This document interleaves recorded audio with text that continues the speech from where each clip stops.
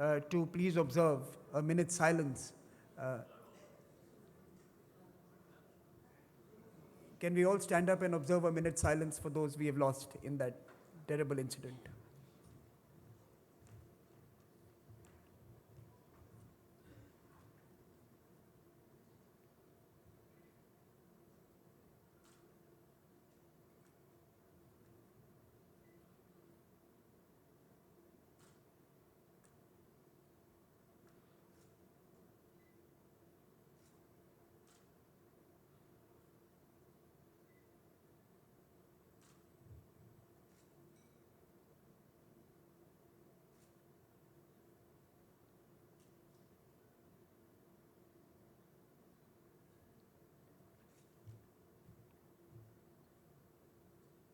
Thank you. So I'm delighted to welcome you back to this concluding session of the Dhaka Global Dialogue. And we are going to have, for this last session, the four most important individuals who designed and are implementing this program speak to us. But before we move to the panel, let me invite Dr. A.K. Abdul Momen, MP, Ministry of Foreign Affairs, Bangladesh. He's been a driving force behind this dialogue, a professor, a politician, a leader, and a statesman. So it's my great privilege to invite you to speak to us.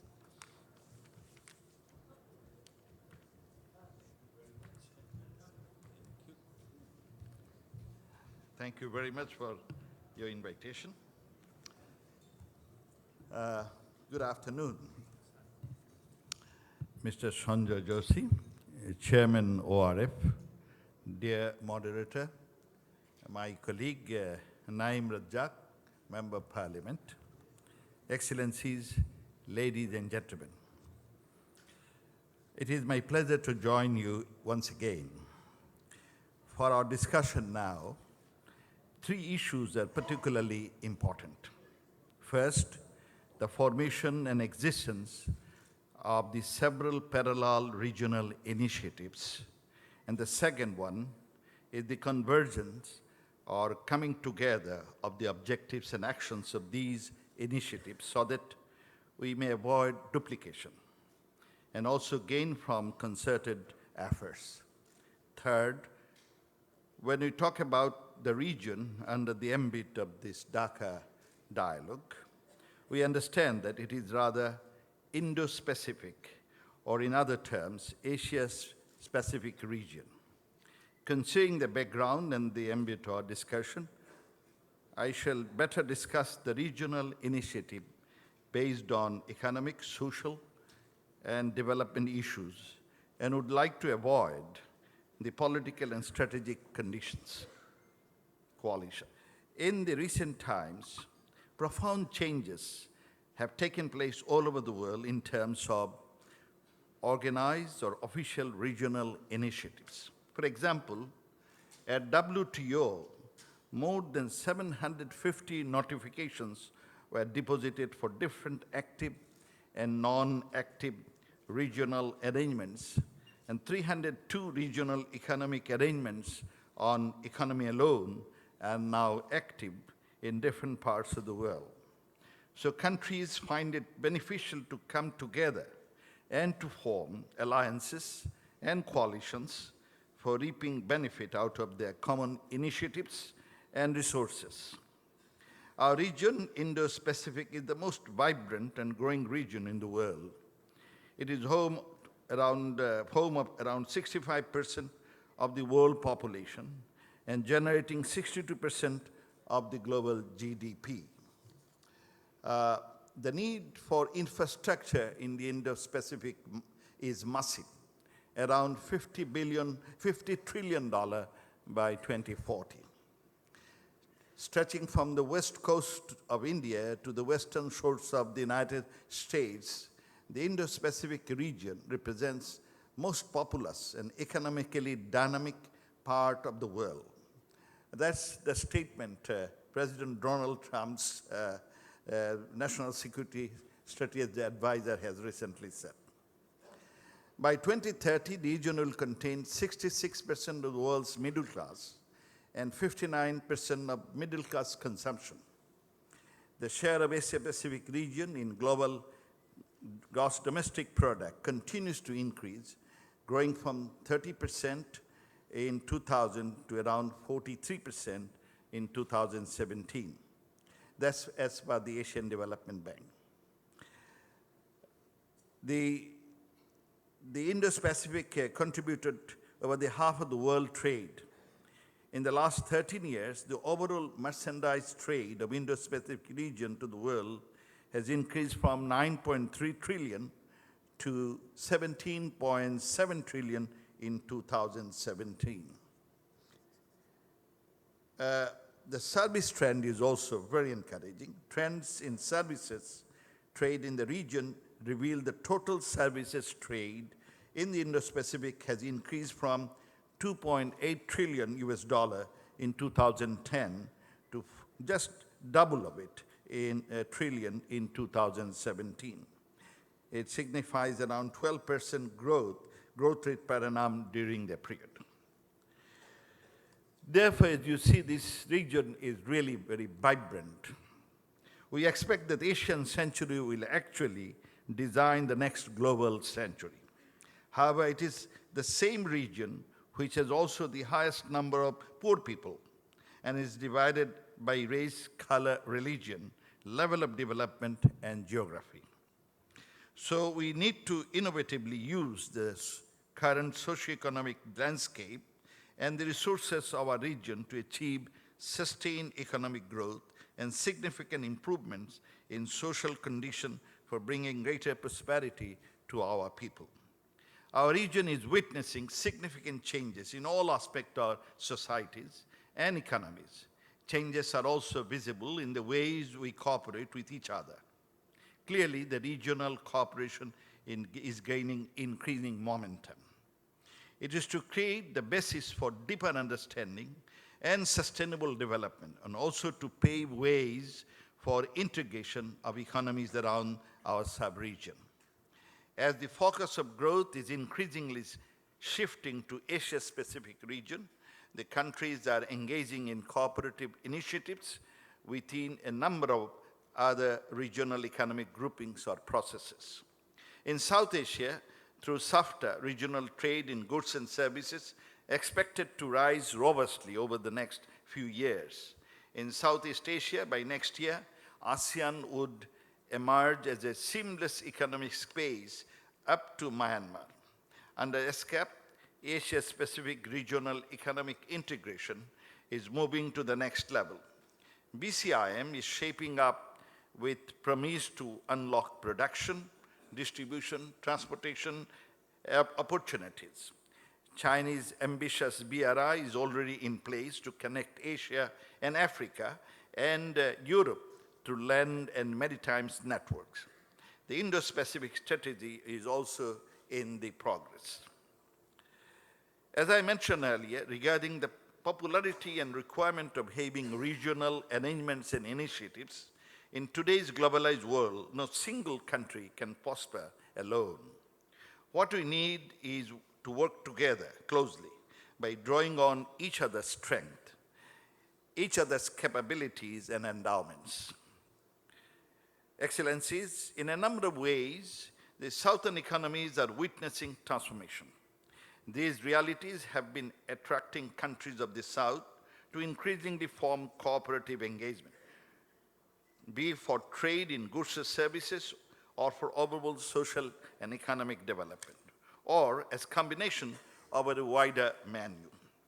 This is increasingly a reality across the South. Therein, the Asia-Pacific region has been emergence of largest number of regional arrangements or sub-regional collaboration within the South are premised on a set of core values or principles. And these are solidarity, friendship, mutual trust, mutual respect, mutual benefit, and equitable share of benefits and win-win outcome. Irrespective of the trust or modality of regional cooperative frameworks or platforms, the underlying purpose of the countries in the South has been to accelerate sustained, inclusive growth as well as sustainable development focused on people's lives and livelihood. It is in this context that majority of the regional connectivity frameworks or platforms or initiatives these days place accent to collaboration in trade, transport, energy, trade facilitation. Regional or sub-regional connectivity is viewed to complement the national initiatives in such critical sectors by improving the weaker links or developing the missing links.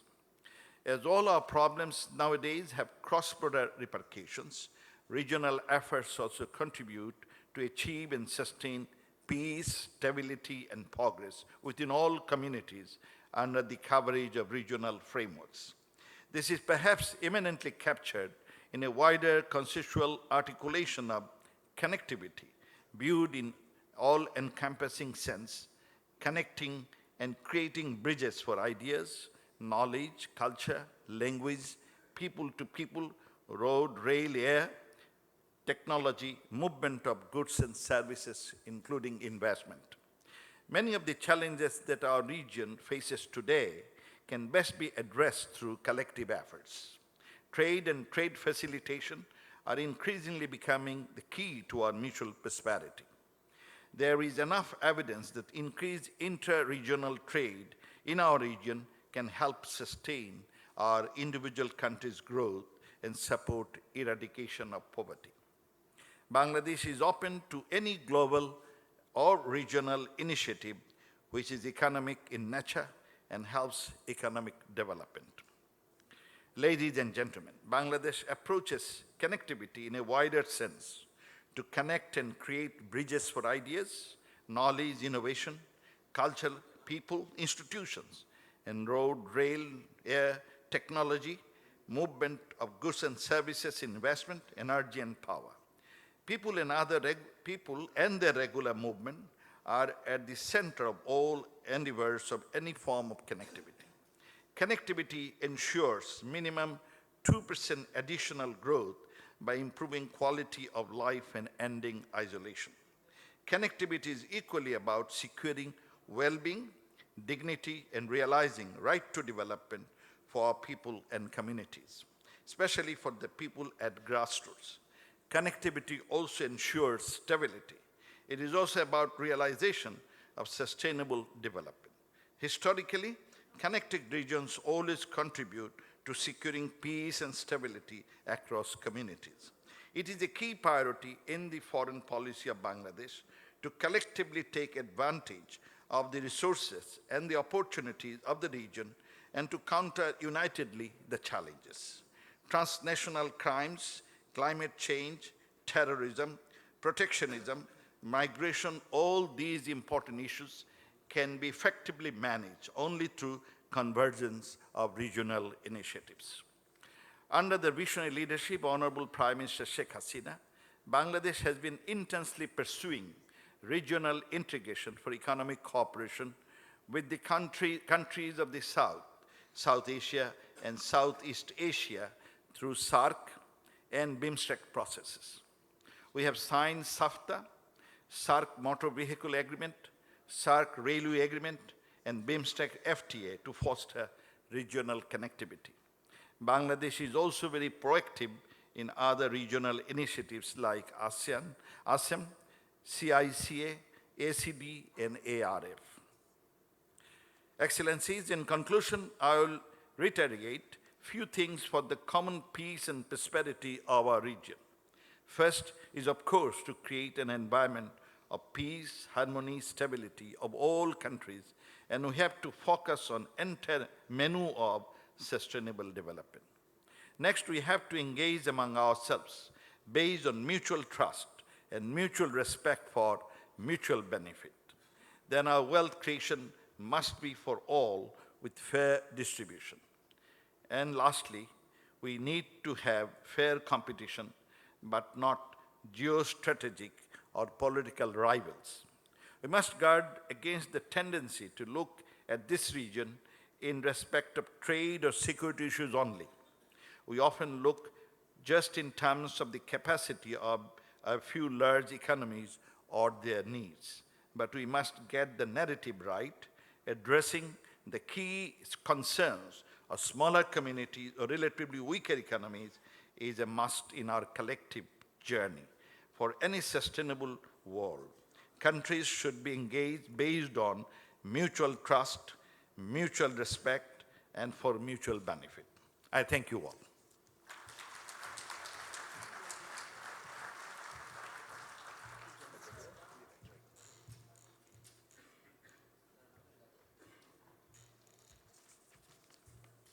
Thank you very much, sir. Can I now invite Mohammad Shahriar Alam MP, State Minister of Foreign Affairs, Bangladesh, to join us on stage? Can I invite Mr. Sunjoy Joshi, Chairman of the Observer Research Foundation, to please join us on stage as well? And can I invite my friend Nahim, Razzaq, to moderate this final conversation, which is titled Convergence of Regional Initiatives for Optimizing Common Benefits. I think it's basically a way to try and capture some of the key issues that have been raised in the 2.5 days of rich discussions and debates. At this stage, let me also invite Major General Abdul Rahman with me at the podium to actually confirm to all of you, sir. That is, sir. To actually confirm to all of you that we will be hosting the second edition of the Dhaka Dialogue next year in November 2020. Please join us then, and we both of us are really humbled and privileged that you were able to engage with us over the last 2 days. So thank you very much, and the dialogue continues even in 2020. Nahim, I'm turning it over to you to take this forward, and you have, I think, since the foreign minister is sitting, you have forever. You can go on. You are the hosts, but there's a lunch after this for everyone. Please join us for that as well. Nahim, over to you.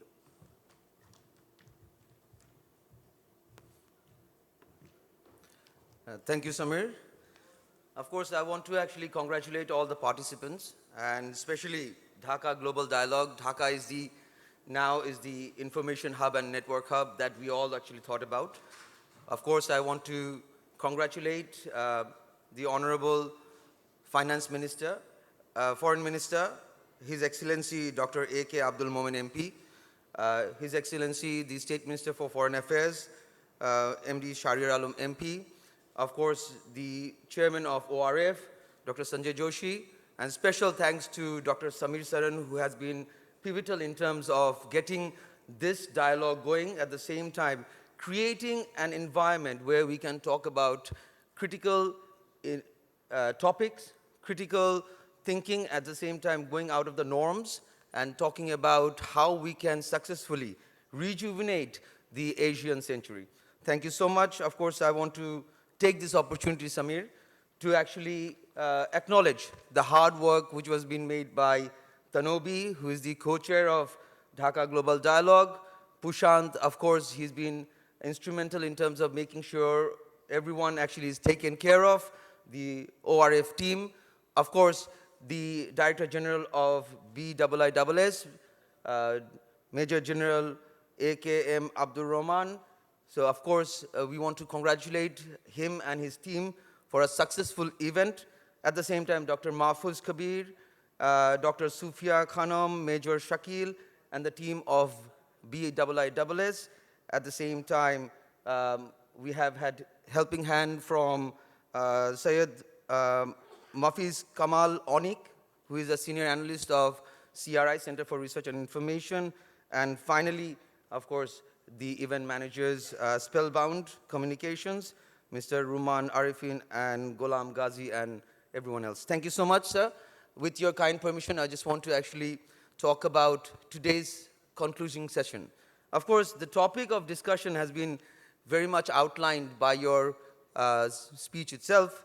That is, in conversation, convergence of regional initiative for optimizing common benefits. And hence, this is the platform we wanted to create so that we can all participate in creating new ideas and challenge the traditional ways. So first of all, I want to actually come to the Honorable State Minister Shahriar Alam with a question, of course. In the past 3 days, we have made clear that multiple institutional and normative arrangements exist for the region. Is it possible for the state in the region to craft a cohesive, coherent development agenda for the Indo-Pacific? Please, sir. Thank you, Mr. Naim Razzaq, Honorable Member of Parliament. But he went on to thank everyone, but I think we need to uh, put together a loud round of applause for Nahim himself. For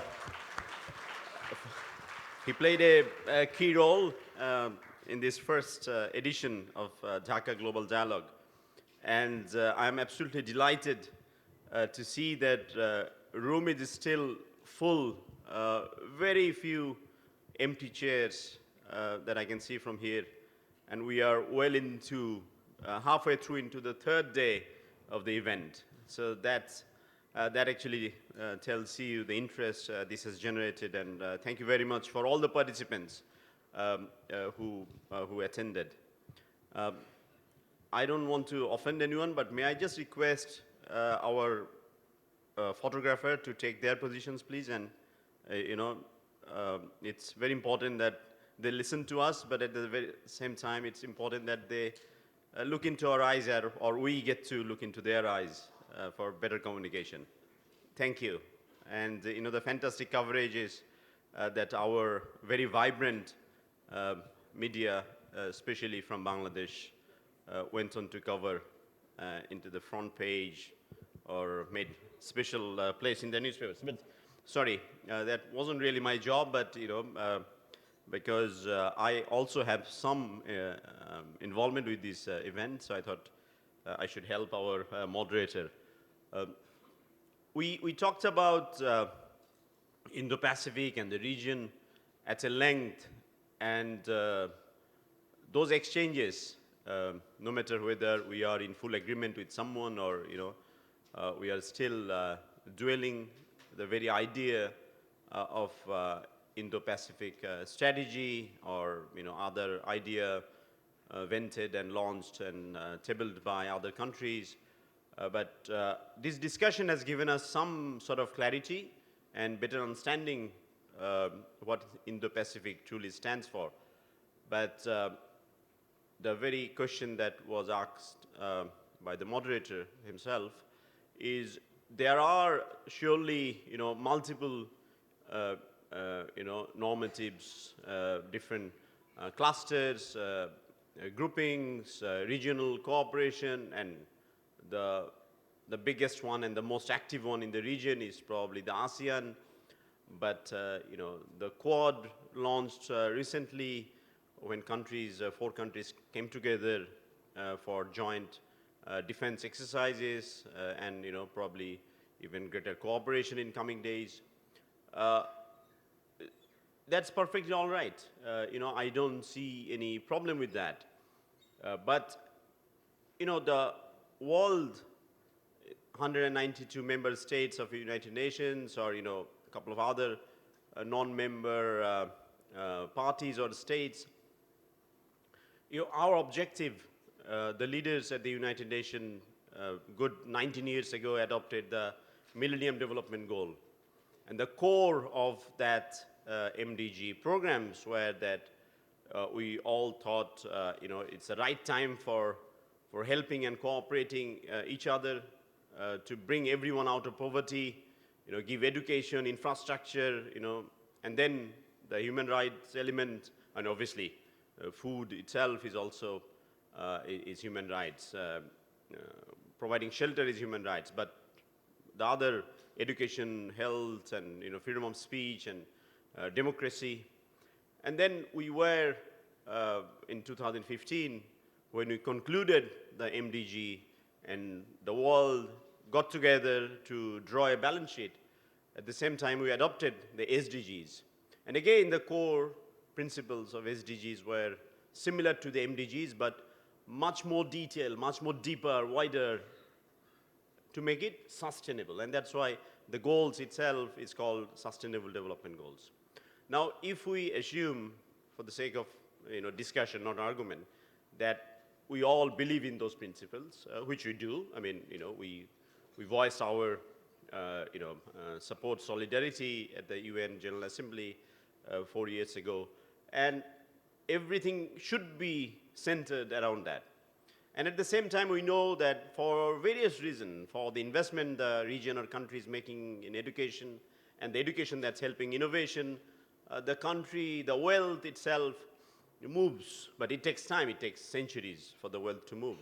We know that Asia was the richest among all the region, or greater, Indian Ocean countries, or this region was one of the wealthiest countries in the world 700-800 years ago.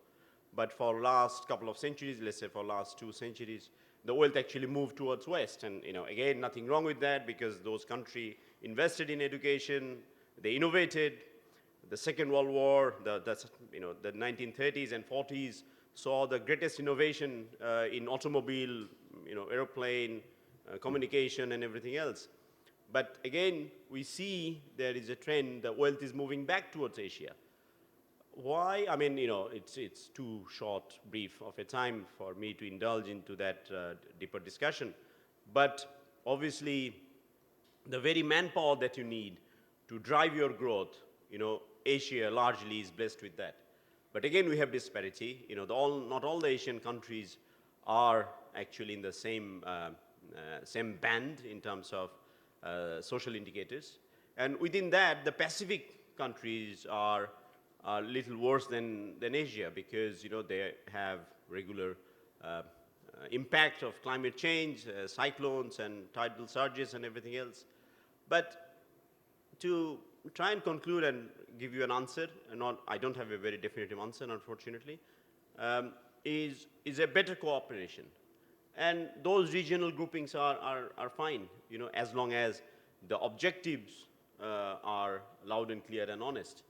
That is centered around those SDG targets that we actually all agreed and cooperate. Now, there were suggestions from various participants in the last 48 hours, and since this is a concluding session, is that there were suggestions that we should probably try and form a loose cooperation. And examples were cited, like the European Parliament, even though I do believe that actually it's not that loose, European Parliament itself. The European Union, the Commission itself is very strong and closely knit, but compared to that, the Parliament is a little loose. But what we need is the government is to talk, keep on talking, keep on cooperating. And there are, some good development. We have witnessed in recent past, we have been to our immediate neighbor, India, we have been to China, and it's very welcoming, and we feel very happy about it, that both the leader of China and India actually agreed to see each other every year, and we see that has brought some peace in some areas where the region was concerned about, and we sincerely expect more successes based on those foundations. And while we do that, we also need to reactivate or activate the associations that we have formed in this part of Asia, i.e. South Asia. But obviously the discussion is not limited within South Asia itself. South Asia, ASEAN and beyond, starting from Japan to up until, let's say, Madagascar, the entire band. But since Asia possesses the kind of the potential to do more, and everyone recognizes that this is the Asian century, I think countries with money, countries with knowledge, the bigger, larger economies, I think they need to support our growth. They need to handhold countries who need supports. We need to continue pursuing those rule-based world order, and we also should respect the commitments that we made in recent past at the UN, at different forums, including climate change, because that's a major impediment for our growth in this region. Thank you so much. Of course, we all realize that beyond global consensus and multilateral approaches towards developing nation and, of course, a region itself, I think Indo-Pacific can do so much more. Of course, there are bilaterals. You have the ASEAN, you have the One Belt Road, you have a lot of more initiatives. I think what we are trying to get across is that a generic consensus that everyone is focusing on national development and national priorities, but at the same time having stakeholdings on a global aspect. Thank you so much. Of course, I want to come to the Honorable Foreign Minister. The Honorable Prime Minister Sheikh Hasina MP, and of course yourself, in the inaugural session, you have stressed the idea and of course the emphasis on peace and stability. I think development always is a priority, but without peace and stability, nothing can be achieved to the fullest potential. So my question is, what are the current drivers of instability? And I want to focus on instability and the role and the Indo-Pacific states responsible for their effectiveness. Thank you. Thank you for the question, but I thought after making the statement, I'm out of hook, but looks like I'm not. Anyway, I know the food is not free. So, yeah, I personally believe, and as a state policy, we believe, is peace and stability is the essence of development. If there is no peace, there cannot be development. And look across the world, wherever there is no peace, there have been suffering. To maintain sustainable development, you see, it is essential to have peace and stability. And we like to have peace and stability across, not only in my own country, across the region. Because we live in a world nowadays, in a globalized world. If there is some problem in some parts of the world, it does affect the economies of my own domestic economies. So the issues of peace and stability, these are very critical for sustainable growth and development. Secondly, what are the issues that might create problems for peace and stability? Simple things also can create problems for peace and stability. So therefore, this sort of dialogue, Dhaka dialogue, or this sort of think tank organization, I think they must promote one thing, and it is a mindset of respect for each other. What I mean, because many times peace is violence erupts because of hatred and ignorance. If we don't know our next door neighbor, we may make up many stories. And we may also promote venom of hatred. And if those happens, there is always a possibility of violence. And those violence leads to, look at, in our own region, there are till today, there are many ways, many media, even the social, social websites, at times it's creating venom of hatred against one ethnic group against the other. This could ignite violence and destabilize the region. And therefore, all of us, it does not matter who you are from, we should all work together so that we can create a mindset of respect for each other, irrespective of religion, ethnicity, color, or background. Look all across the globe, almost all violence erupts from that sort of mindset. So this is an important element for our, I think, not only government, government alone cannot do it. It is the whole community has to get involved in it. All these opinion leaders have to get involved in it. We have to live with others, and we have to develop respect. If we can do that, we can create an environment of peace and stability that will lead us to sustainable development. So in our region particularly, in the Western world, there is the difficulty because of ethnicity, color, white versus black, black versus white. These are continuous struggle creating violence. But in our society, we find there are some sort of venom hatred against certain ethnic group. We should stop that. And this sort of organization definitely can go a long way in reducing this sort of.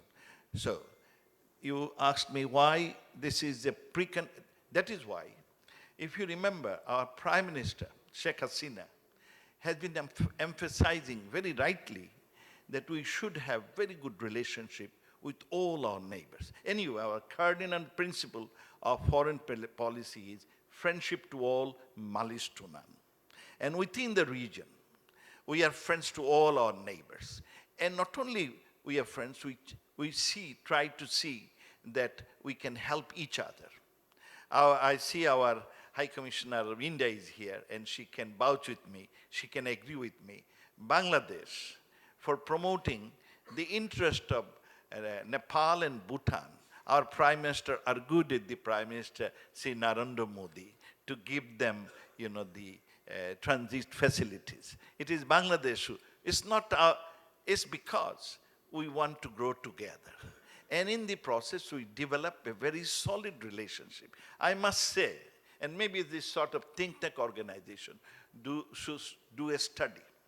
The height of political maturity between Bangladesh and India. All the neighboring countries have their own difficulties, but yet Bangladesh, India, by resolving critical issues like border boundary, like water sharing, like maritime boundary, through dialogue and discussion, and even the sharing of water, the Ganges water, created an environment of friendship and fellow feeling.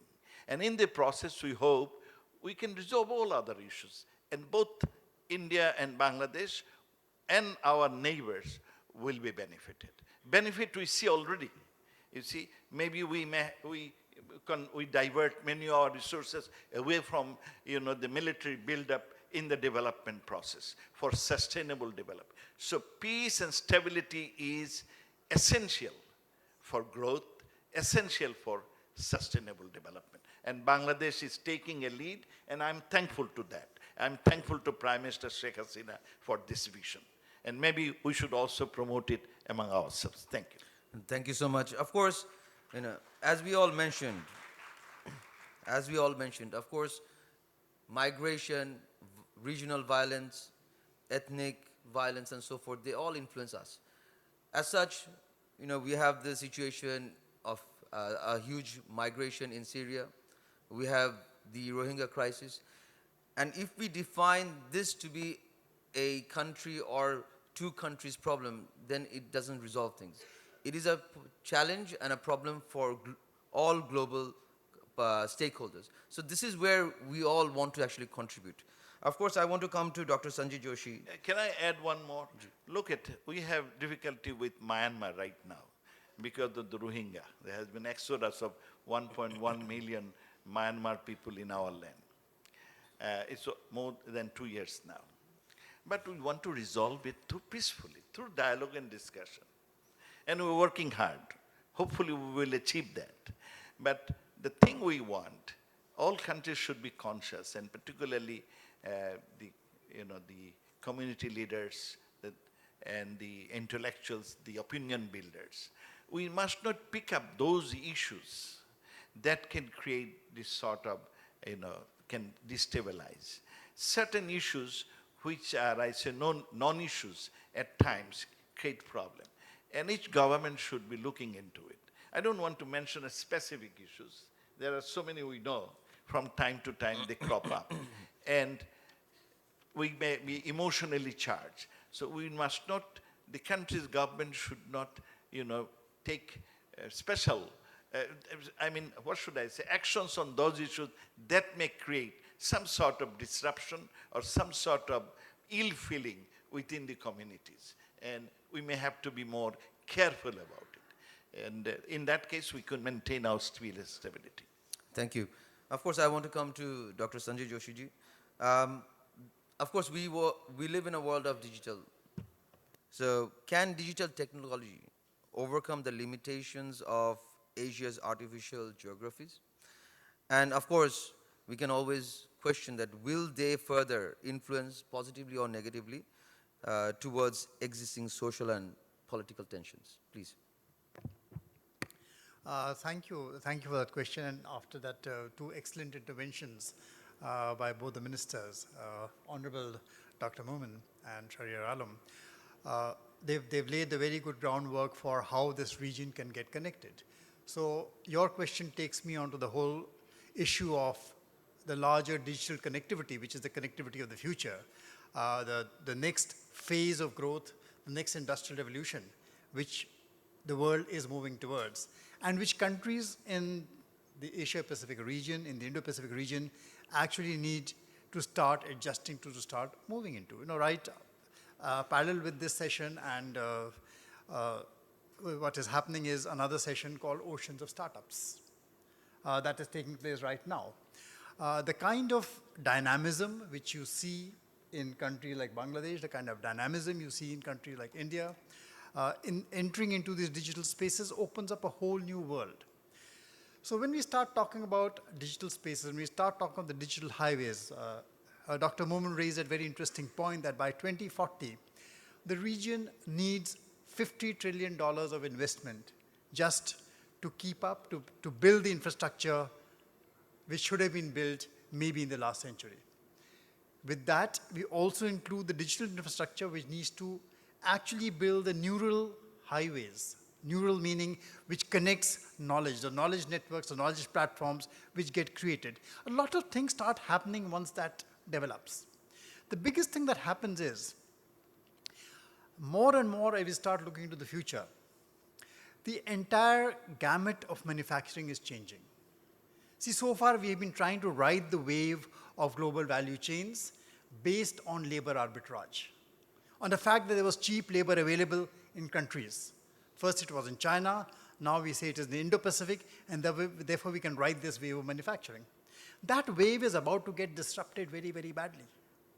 And we need to adjust to that transformation, which fundamentally means that productivity will have to improve per person as countries in the Asia-Pacific start now to plan to move up the value chain.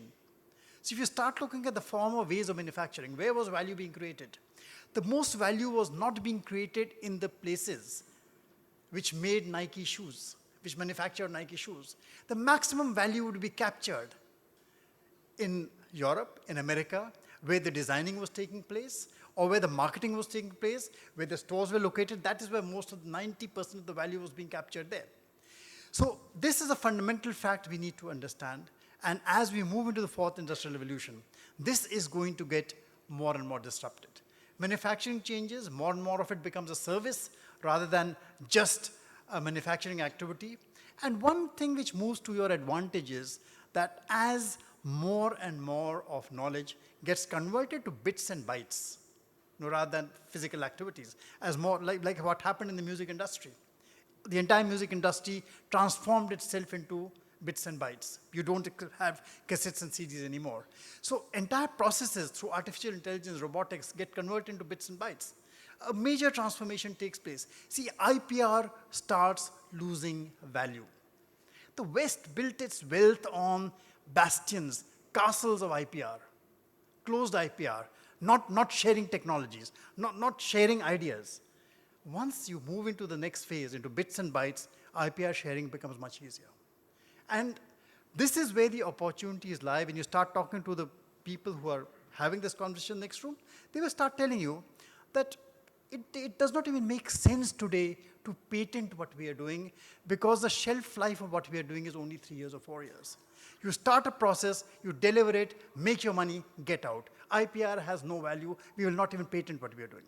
So this is, when we start talking of the next phase of coming in, when we start talking about how do you address climate change, there's so much guarding on technologies. There's so much guarding on different kinds of processes, which has been the way the last few revolutions have moved forward, the industrial revolutions have moved forward. We are now moving into a new phase. Let us start preparing. Let us start training, leapfrogging, because we need to leapfrog. We need to move a class of people who were fundamentally still, large swathes of them are still in agriculture, in low productivity activities. They need to move 2 steps up. That is our challenge. How are we going to do it? That is what we should be addressing. Thank you so much. Of course, I can see that we are halfway through to the session.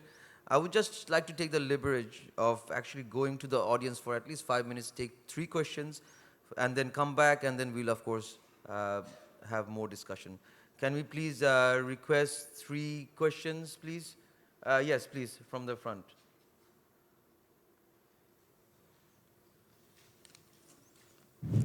Thank you, Honorable Moderator. I have a very brief issue to raise. But before that, it would be a significant omission on my part if I didn't congratulate BIISS, ORF, Mr. Moderator, yourself, Mr. Nahim, Razzaq, Mr. Samir Saran, General Abdul Rahman, for engaging us in the last 3 days on some very significant aspects of connectivity, cooperation, and how to go forward. The small historical footnote, because there is a relevance to the issue which I am going to raise, is that Bangladesh is one of the founding members of BIMSTEC. And as it were, we were almost in the last fence when the Honorable Prime Minister Sheikh Hasina insisted it was supposed to take off as ISTEC, that Bangladesh joined precisely 30 years after the formation of ASEAN. And the issue relates to BIMSTEC because that was in 1997 focused very much on developing trade, tourism, and marine cooperation. Yesterday, a session was dedicated, which was very engaging. In fact, all the sessions were most interesting and engaging. What bothers me is that these huge, at the moment, unimaginable possibilities that emerge, if we can rightly exploit the resources, brings the possibility also of national interests, regional interests, and global interests. I would hope that it doesn't collide, and I would hope that the discussion that yesterday started will be able to put in place an architecture where the national interests will not be overridden, and particularly Bangladesh today very rightly is a hub, is a connecting point between ASEAN and BIMSTEC.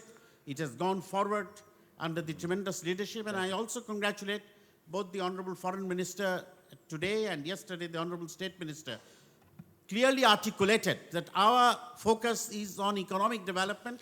That is why we have embraced BRI, but we are also equally very enthused about Indo-Pacific relationship. We have no other business.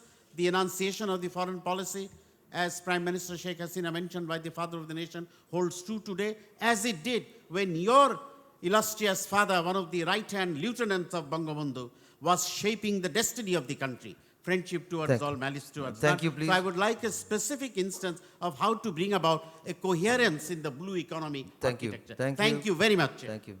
Can we have someone from the back, please? The rear side of the hall, please. I think we have exhausted 2.5 days of ideas, I guess. Okay, so this is a much more broader, of course, context, because I've mentioned you have national priorities and, of course, you have a global stakeholding as well. So how do we address it? Of course, I think we are overlapping a lot of our statements. I think the foreign minister and the state minister has elaborated that we are, of course, we want a global stakeholding, and that is why we are in BIMSTEC, or any other format, to be honest. So what comes first, national or a global? Of course, national interest comes first. It goes without saying. That applies for everyone.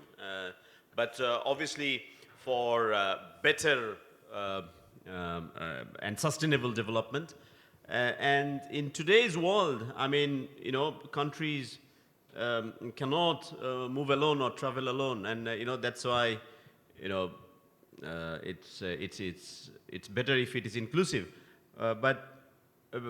You know, I said about this yesterday, and you know, if I repeat, I might be criticized for being too critical about some of our own initiatives, probably. But you know, BIMSTEC needs to perform; it's very important. But ASEAN also took a while, almost 4 decades, to come where they are today, and obviously. The gentleman himself was very much involved in during the formative stage, you know, when he was the Minister of State for Foreign Affairs. So I recognize and appreciate your contribution as well. But as I said, I mean, it's little more than South Asia. It's a bit of Southeast Asia as well. ASEAN, you know, the examples of ASEAN created That's fine. They're still not allowing any new members or any dialogue partners. Bangladesh is a contender for that. But that is not stopping us from pursuing the objective of BIMSTEC. And that's something the secretariat that we have set up here and the member states. So it's down to the member states now, how far we want to take our own organization. And obviously the start was slow, but quite a few agendas actively being pursued by the secretariat here and the member states. And I hope that this will deliver surely, because there is a need, and there are true intention. What Honorable Foreign Minister went on to say, that the magnitude of the crisis that we have with Myanmar, with 1.1 million Rohingya refugees in Bangladesh, is not actually stopping us from talking to them. But things would have been a lot better if they were a little more forthcoming. We understand all the difficulties. Decades of military ruling didn't actually create a very fertile land for the civil society or the politicians to gain ground and pursue national democratic agendas. But that's a transition, and that's why we are waiting so patiently. That it's the first term of a civilian government in the history of Myanmar, so to speak. And that's why we have extended our arms, and we actually took a huge political risk, domestic risk, when our two ministers went there at the height of the crisis to sign agreement for peace and stability in the border, and also expansion or reintroduction of the border trade. And there were criticism, but Prime Minister Sheikh Hasina took, quite rightly, that risk, because the potential and the opportunity that lies ahead, if we could avoid talking to each other because of just one potentially very large and very risky affairs. There are a lot of security dimension to it as well. It's not just 1.1 million Rohingyas occupying 6,000 acres of land in Cox's Bazar, but it's much more to that. So the government in this region needs to be pragmatic and needs to take that risk, and only those who can take that risk, who have actually strong footing, a strong hold, and a large support base in his or her own country. Thank you. If I may ask the Honorable Foreign Minister my own question, I guess. We are talking about population dividend, of course. We are talking about, of course, the Indo-Pacific being very populous and young population is at the highest. So what Dr. Sunjoy Joshi actually mentioned about fourth industrial revolution. Are we ready, Bangladesh and India? Are we ready for the fourth industrial revolution? Are our young people ready for it? I think we are ready. And we have evidence to it. In the last few years, we resolved many of our issues through dialogue and discussions. And we are creating an environment of very friendly relationship. As you rightly said, that we have a huge youth population. And we have a large, the major problems of this region, one, as I understand, one is poverty, extreme poverty, and it's a cards. So whether it is India or Bangladesh, we have to work together to reduce poverty, to provide our people a decent living. Second, as you know, we have a large youth population. And they could be, we can get the demographic dividend provided we train them well, we provide them quality education. And as you see recently, India and Bangladesh came to an agreement. India has already signed an agreement that they will also provide the skills to our youth population. We have our own, all these countries have limited resources. So we on our own cannot achieve all the goals that we have set for ourselves. But through joint efforts, collaborative efforts, we have our own, the advantages, which we can share with India also. Our, let's say, our healthcare system is so good, it's a model for others. With limited resources, we have done an excellent job, resulting in we have reduced our infant death more than 75%. We have reduced our maternal death more than 72%. We have increased our living, the average longevity by around 8 years within the last few years. We have reduced our population, the birth rate.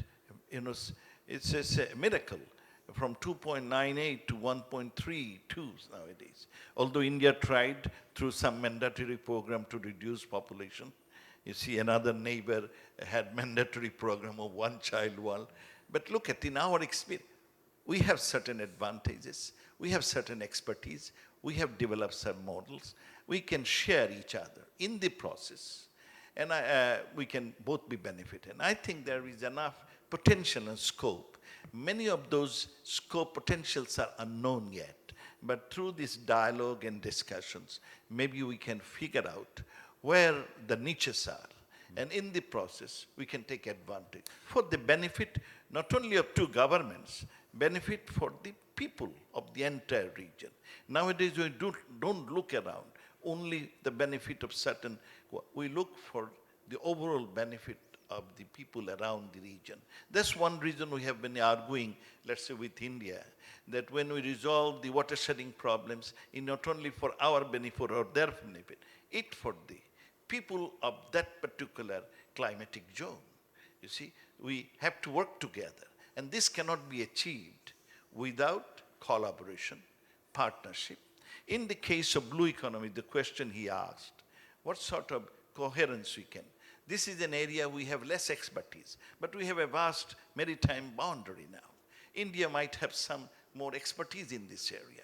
So in this area, we can work together in collaboration and share each other's expertise. And the process, we all will be benefited. And we are looking for the welfare of the people of the region. And I think this working together in collaboration, in partnership. Partnership is a key word. Without partnership, even the SDGs, my colleague was saying SDGs. We cannot achieve all the SDGs without strong partnership and collaboration. Look at, many countries are falling behind because many of the partners are not coming forward as they promise. And to get the promise, we need political commitment, strong political commitment. That is also a very important element. Even designing this, the cooperation and partnership, we need political commitment. And Bangladesh has that political commitment of partnership. Thank you.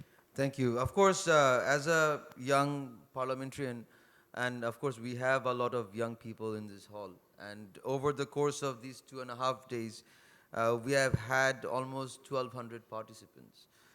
We have had 21 panels and 15 live cast sessions. Altogether, we have had, 144 panelists.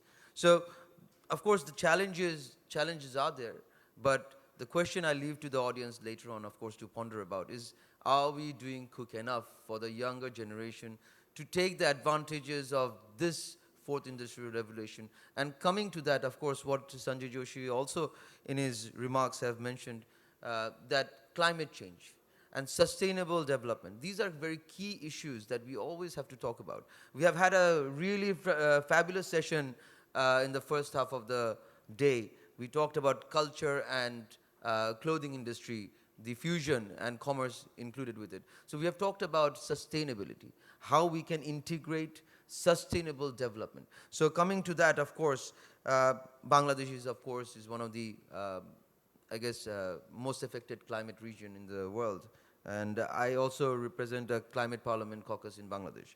So my question is, of course, can the Indo-Pacific construct escape its geographical mooring to emerge as a region defined by the fight against climate change? Can we do that? And do we have the tools, especially technological tools, to actually achieve that? Please. See, this is This is a region of the world which actually has to find the answers. Your answers are not going to be found anywhere else except here. The answers to the problems you are facing, which all of us are facing collectively, will not be found in Silicon Valley. They will not be found anywhere else. They'll be found right here in this region. So first of all, the big change which is coming around, one big shift which has happened over the last few years, which in a way is good for the region, perversely good, has been the breakdown of the transatlantic consensus.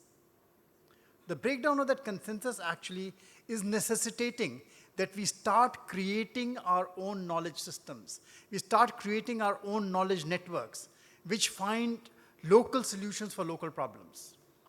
And you have the wherewithal, we have the wherewithal. See, traditional education systems which we have inherited today are failing. They're failing because they do not assess human potential in the correct way. You go to any university, you go to any school, and you will find there is a problem. In India, you have the startup lab we are talking about, which invites people to compete for projects, and people post their projects on the startup platform. You'll be amazed to find that some of the brightest ideas do not come from the IITs. They are coming from polytechnics in mofussil towns. Somewhere our education system has failed us. So we need to start rethinking how we are reskilling, how we are creating knowledge, how we are passing on this knowledge to a younger generation. That is something which we will need to do ourselves. And the greatest sign of movement, that something is moving in that direction, is the very fact that we are here in this room today.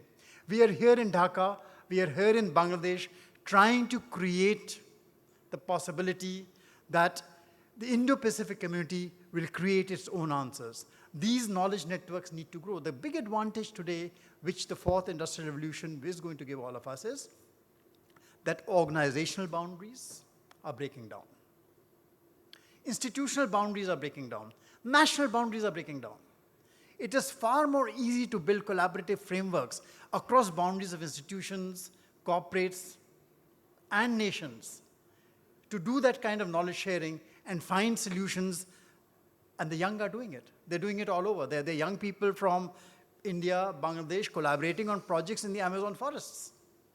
They're creating the startup. They're making it all possible. So this is a boundless opportunity which exists for us. That is my answer to your question. We should not let it go. We have the youth, we have the people. If I want to just direct another question, I guess, one of the biggest challenges that we have about innovation, I think one of the keynote speaker was Honorable Speaker, Dr. Shirin Sharmi Chaudhary. She said in a definition that innovation is something that is actually been done to change lives and make a trend setting.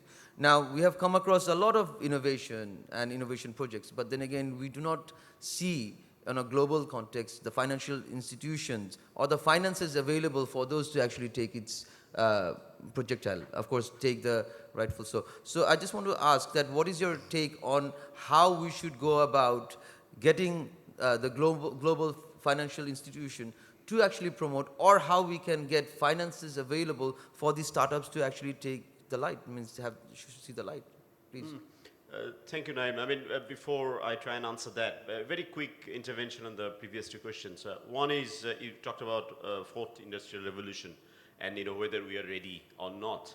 I mean, obviously we are getting our skill set right, but if you look into the history of innovation in terms of technology, you will realize and find out that that was actually innovated when someone was really young. Bill Gates didn't invent, or whatever right he did, he probably sold a little more Apple than he used to at the age of 30 or 40, but he went to develop the product. And taking that demographic dividend, what the Indo-Pacific countries needs to do, invest in education so that next Apple comes from this region.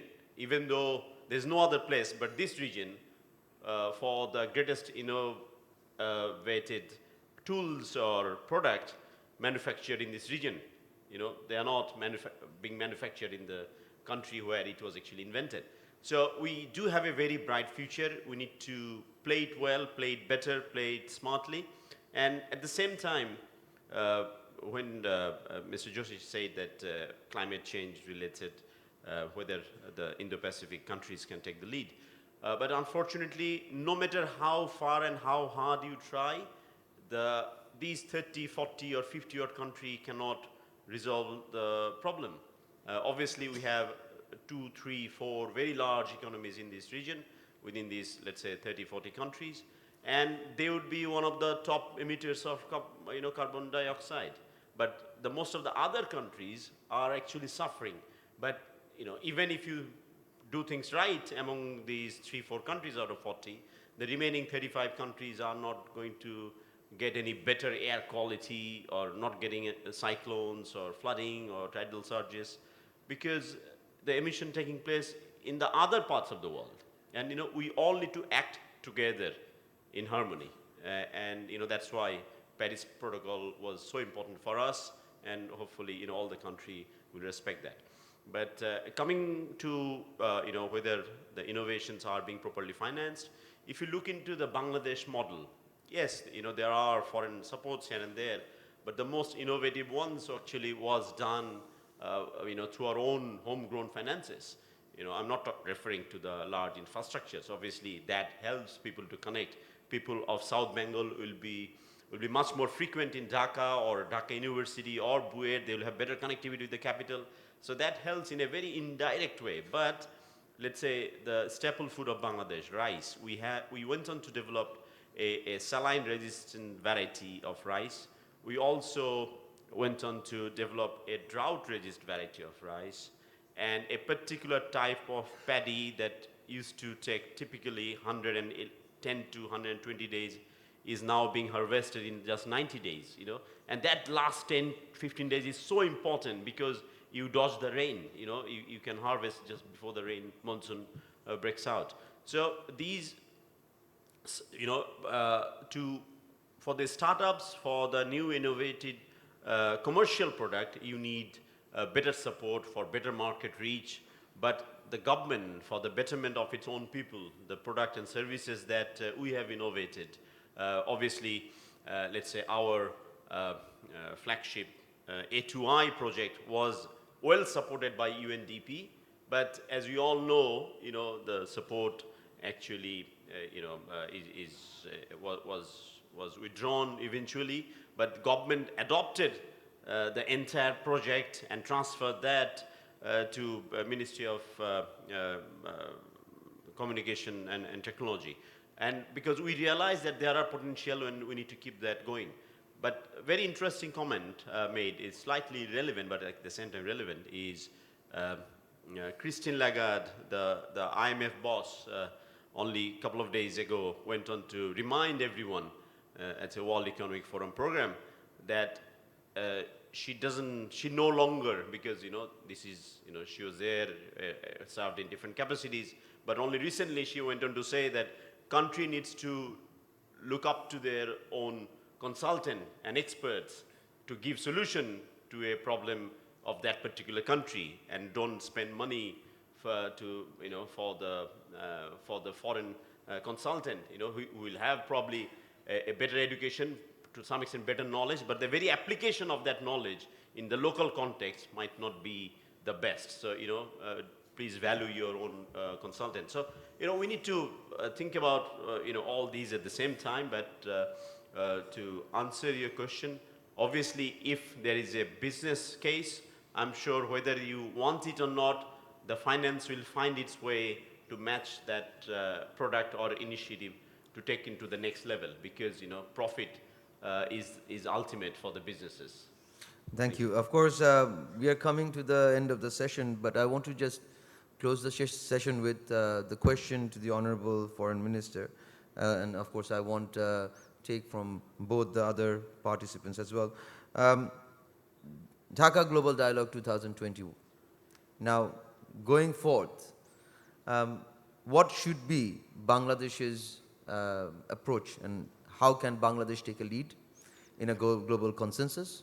At the same time, what are the crucial issues that the international community should address in the upcoming 2020 Dhaka Global Dialogue? Please, sir. What are the crucial issues? Should be raised. Pardon? What are the crucial issues we should raise in the next agenda? One issue is, climate change is an important issue. And of course, another issue we should raise, it's a partnership. Because of late, I see there are more self-interest. National interest is overpowering the other interests. So we would like to say these are important issues. Human being, people. So we have to be careful about designing policies, program, so that it helps the welfare of the people. The other one, we should do things so that our planet could be saved. So there again, the policy strategy by the countries should be designed in such a way so that we promote the planet. We don't harm the planet. And of course, we must work together for peace, for improving the peace.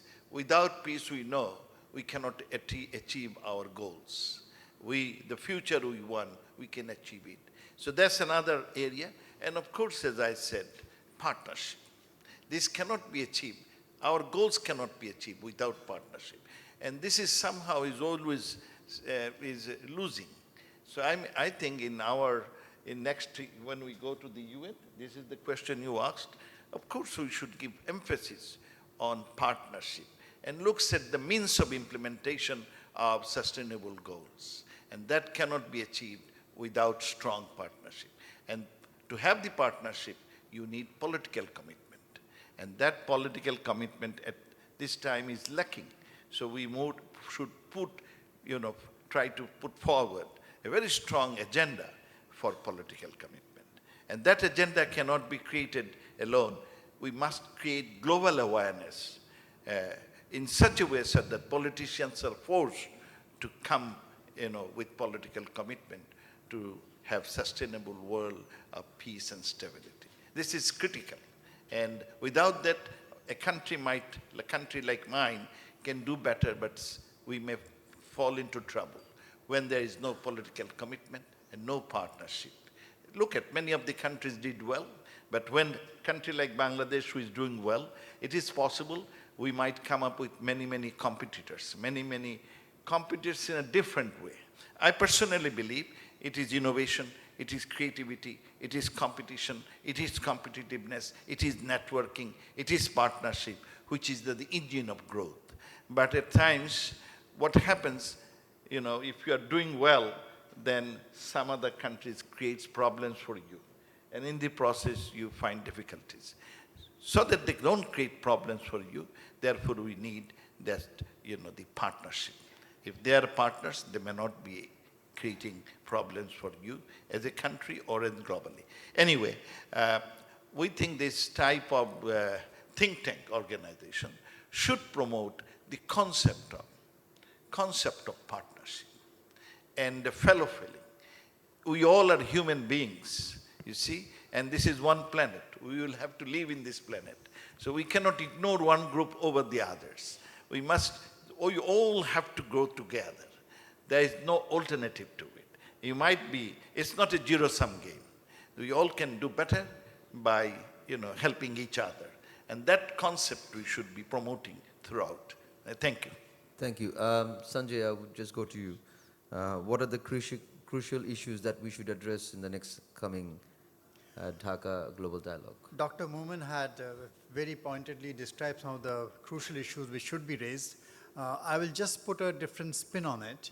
You see, when I look at this particular edition of the Global Dialogue, and what impresses me most when I look around this room is the number of young people from Bangladesh, the number of young women participating in this.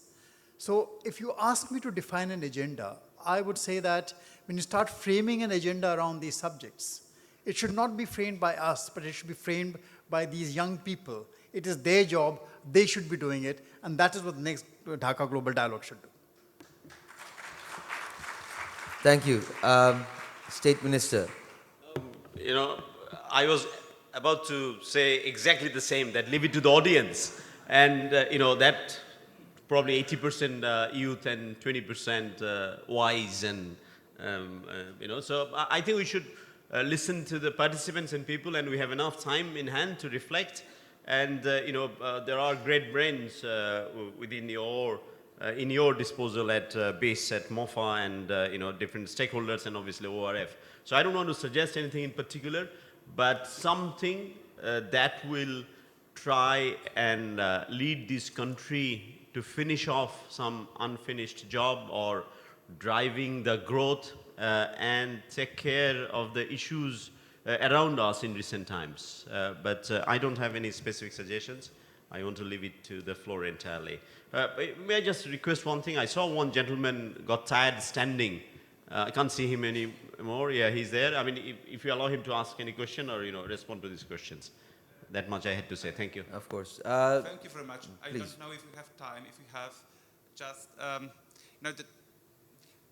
there is one question I was asking myself.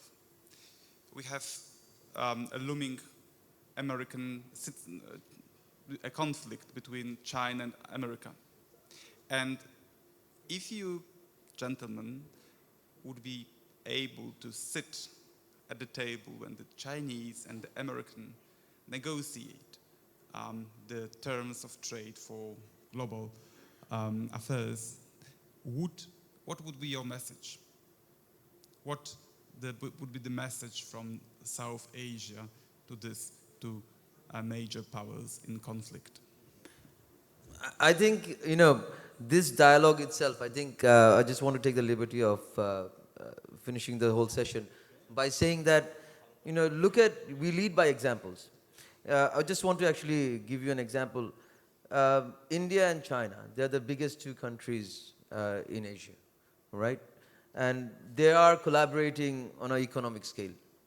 They have issues. We all have issues. Cross-border, cultural and other issues are there.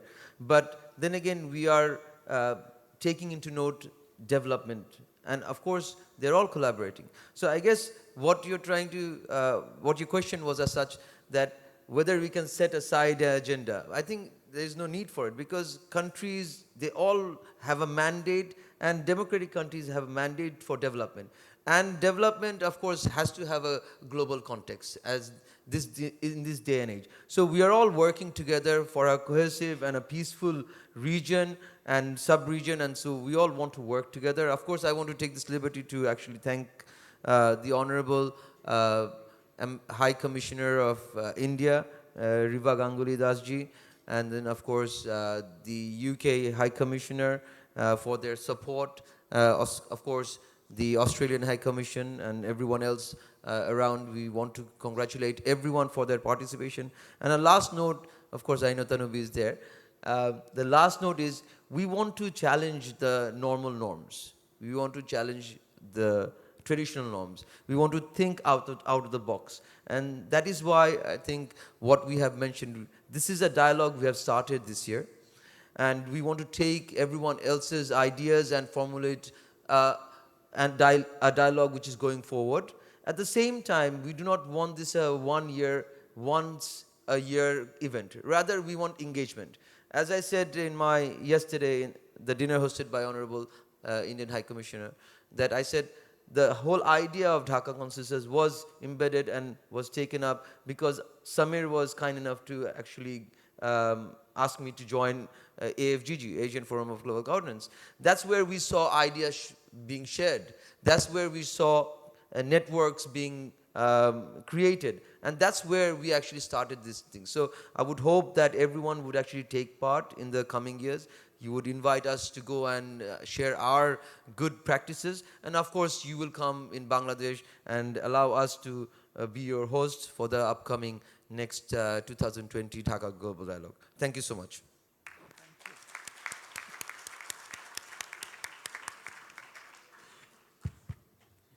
Thank you to our very distinguished speakers and of course our very able moderator Nahim for an illuminating conversation. I would now like to invite our co-organizers Major General Abdul Rahman from BIS and Dr. Samir Saran from ORF to present a token of our appreciation to the Honorable Minister of Foreign Affairs, Dr. A.K. Abdul Momen.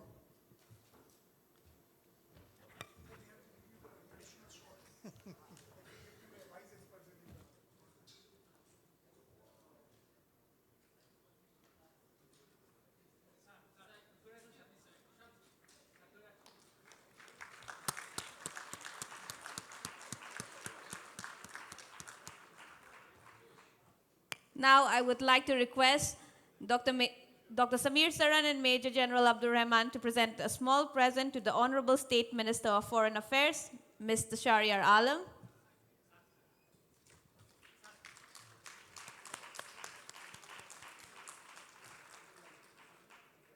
And last but certainly not the least, to the dynamic Honorable MP, Nahim Razzaq.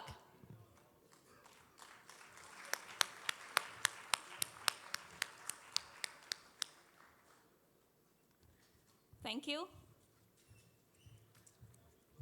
So thank you very much. I think you're all invited for lunch, but before we close, let me just reiterate what we heard, 3 words: build a community, decide the agenda, that is, you decide the agenda, and keep engaging over the next 12 months as we move to the dialogue. We'll see you in Bangladesh, in India, in ASEAN countries and elsewhere. Thank you very much for being with us for 2.5 days.